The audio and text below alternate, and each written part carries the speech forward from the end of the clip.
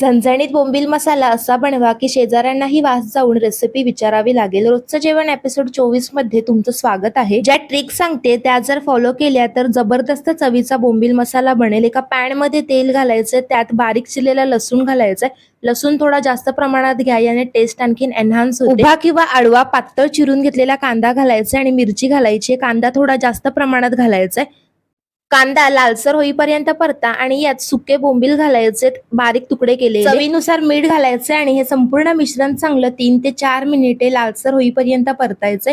काही पावडर्ड मसाले घालतोय. तिखट लाल मसाला, हळद, बारीक चिरलेला टोमॅटो आणि कसुरी मेथी घालायची. हलक्या हाताने एकजीव मिक्स करून घ्यायचे आणि इथे वर्ण काश्मीरी मिरची पूड घालतोय रंगासाठी. पुन्हा हलक्या हाताने मिक्स करून घ्या. मसाले मंद आचेवरती परतायचे, ज्याने डीप फ्लेवर येतो.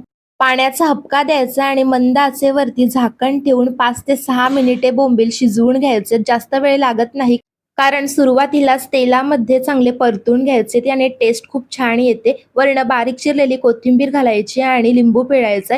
ही झणझणीत बोंबीलची चटणी तांदळाची भाकरी, चपाती, भात यांसोबत सर्व करू शकता. रेसिपी आवडल्यास सबस्क्राईब करा. धन्यवाद.